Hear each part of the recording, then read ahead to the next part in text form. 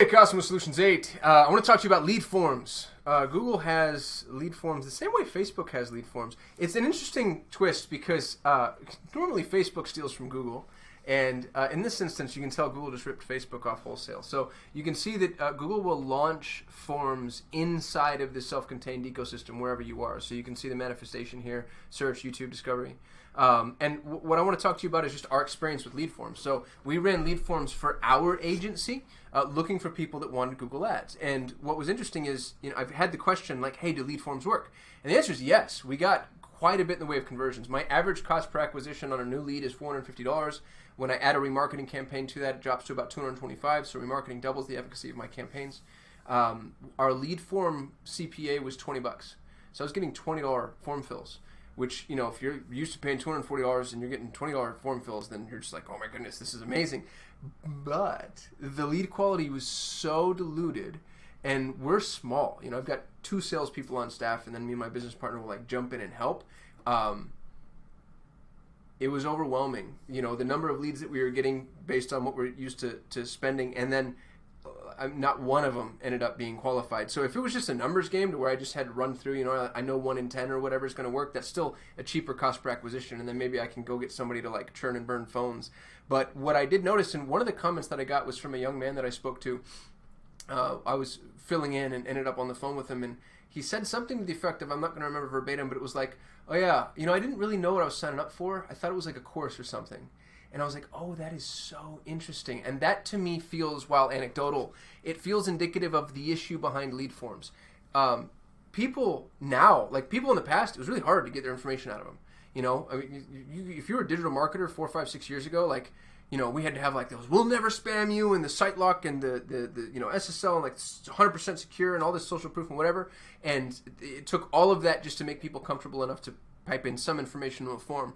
And now they're like, here's my social security number, here's my children's middle name, here's my net worth and my income or whatever. They'll just give you everything. So we're temperamentally, I think most consumers are pretty acclimated to offering their information out there. And a lot of that, I think, stems from the fact that it's actually pretty easy to opt out too. And so, in the past where the spammers had way more control, now you have a lot more control over what actually lands in your inbox. And so you're in kind of a safer environment if you want to just see what's going on. So that's number one, is I think we're dealing, there's the clicky people. I think we have the formy people too, people that are more likely to fill out lead forms. And I have to imagine from an algorithmic perspective, Google knows who those people are. And so it's going to put, launch lead forms in front of those prospects, maybe at a higher priority. The other issue is the forms are pre-populated. And so it's just so easy to convert. It doesn't take any time. It doesn't take any mental filtering. So if they jump onto your landing page, they have to at least take that step and then walk through, the narrative that's presented on the landing page. And we get diluted leads on our landing pages too, of course. But I feel like that line of disassociation kind of helps. It's a barrier. So one of the things I'll say with lead forms is add some questions that wouldn't be pre-populated. And Google does a good job at helping you. It's not like a complete custom form builder, but you can customize certain questions just to make sure that they actually have to sit there and spend some time filling out information. What's interesting is we did that, and I still got those diluted leads, like the gentleman who was like, oh yeah, I didn't really know what I was signing up for. You're a Google Ads people, I'm interested in Google Ads, but that was a course or something, and my pricing was just way out of his ballpark. I think lead forms is going to be more effective when you have an offering that is very linear. So, I have a client that does this very specific type of tax resolution. And what's interesting about it is it's flat fee. It's for everybody who has this problem, and it's coded. So if somebody goes in and says, I need 1, 2, 3 tax resolution, I know exactly who you are, I know what your problem is, I know that I can fulfill it, and I know that I'm priced well. If you have that type of ultra linear offering, I think lead forms could work really well for you. Basically, if all leads are created equal. But the minute there's a hierarchy of potential prospects, lead forms begins to be a little less appealing. And it's interesting because you would think that you're building a bottom of the funnel campaign and you'll be getting bottom of the funnel leads, but that wasn't the case for us. So I think one thing that I'd like to test for myself is maybe running top of the funnel traffic using lead forms and just using it for list building. We use lead forms when I had my real estate investment agency. We used lead forms with great success to build buyers lists. It was really hard to get motivated sellers, but when we were building buyers lists, like, lead forms were amazing and actually really advantageous because, it was cheap. And even if 1 out of 100 people are actually, accredited investors and willing to buy in that particular area, I think we were paying $2 a name or something. And we were doing this inside of Facebook, but just talking about the lead form paradigm, that's still, that's cheaper than I can get that list anywhere else. At $200 for an actual accredited buyer, I'll pay that all day, every day.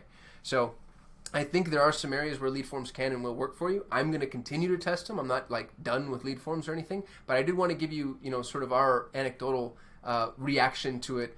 My sales team asked us they said, turn it off. We're not fielding these leads anymore. It's wasting my time. There's other people that we want to go build relationships with. So I thought that was pretty telling. And I'd be interested in if you've had experience with lead forms, especially if you've been successful. So I've heard a lot of people say it doesn't work and the data's crap. I have noticed a huge influx when we're using lead forms. The majority of the leads that we're getting have Gmail emails. They don't have business, related email addresses. So it's at, Costum@gmail.com instead of Costum@solutions8.com. And I think that is obvious. Google has more information about the people that are using Gmail accounts, and so the ability to pre-populate lead forms is higher. So even if those people aren't seeing the ads more likely, they're still more likely to complete the form fill. And I actually think that they're probably seeing the ads more often than somebody who wouldn't be, as ingrained inside of the Google ecosystem. So I don't know that means much, but it's a data point that's worth noting. We've also noticed an increase in the number of, within the Google realm leads when we're running other automated bidding strategies. So it feels like if you're going to play with some of Google's tools, they kind of narrow their focus around the people that they know more about. In a lot of instances, I think that could really help. And then in other instances, it might also turn it into amateur hour for you. Who knows?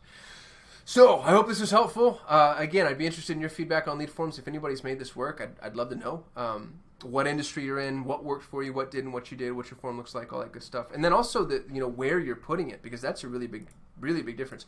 Our lead forms were pushed off majority out of YouTube. We run lead forms for clients in search. One in particular, a business broker, has actually done okay with it. They're not the highest quality leads, but he has such a specific. We're very focused with our search terms, and so it's worked out. And I don't know that this is available and accessible to everybody still, even though this rolled out last year. And then discovery, I haven't had much in the way of experience with personally, although we've run it for some clients. One that's in the IoT space, and I think they've actually done pretty well from a quantity perspective. And time will tell because they have such a long sales cycle. So anyway, I hope this video is helpful. Like, comment, subscribe, all the good stuff. High fives. Thanks for watching.